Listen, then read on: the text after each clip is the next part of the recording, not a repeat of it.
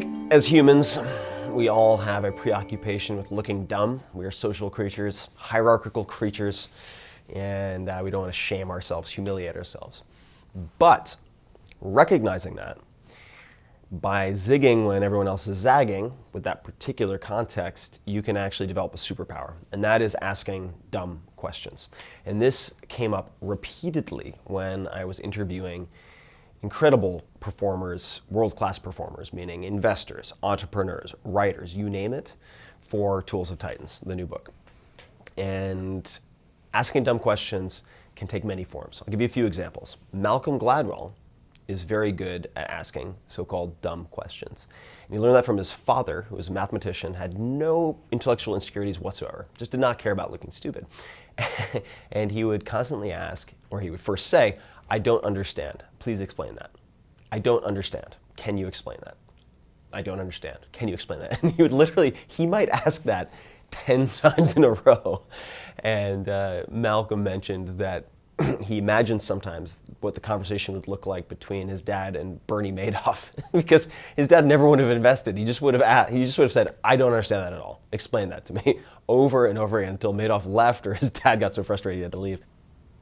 But if we look at another sphere, say investing, Chris Sacca, a close friend of mine, billionaire, incredible tech investor, just immaculate track record, is very good at asking dumb questions. And this applies to in the very early days where he did something very clever, which was at Google when he was just entry-level guy, really, compared certainly to, say, the Wonder Twins, the founders, and others. He would go to as many high-level meetings as possible, most of which he was not invited to. And so he would show up at a meeting with, say, Sergey or whatever, and he'd walk in and he'd sit down, and they'd kind of look at each other and ask him what he was doing there, and he'd go, "Oh, I'll just take notes." And they're like, "Okay." And so he got to sit in on all these high-level meetings. And eventually, at some point, let's say he got through 5 or 10 of those and people started to just expect him to be around, he would then ask these dumb questions. Sort of the pink elephant in the room, why is no one asking this, what seems like a very obvious question? And he's created some incredible breakthroughs in investing as a result of that. The asking of dumb questions can certainly apply to exploring any topic or interviewing.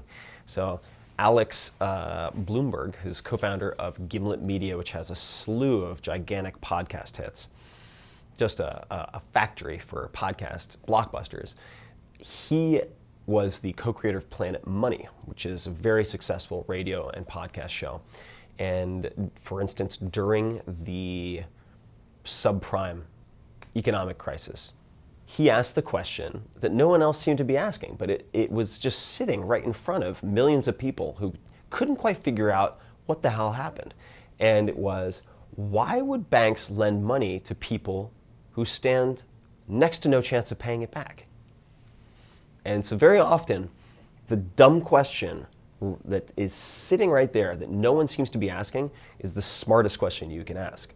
Not only is it the smartest, most incisive, but if you want to ask it and you're reasonably smart, I guarantee you there are other people who want to ask, they're just embarrassed to do so. And in this case, if you can override that embarrassment and be the one who asks dumb questions, you can end up having best-selling books. You can end up having a huge blockbuster of a podcast, or many. You could end up picking the next Uber. It is a superpower. In a world that is governed by shame and perhaps political correctness, more and more so, people are not saying what's on their mind. They're not asking what's on their mind. And the questions here are the most powerful.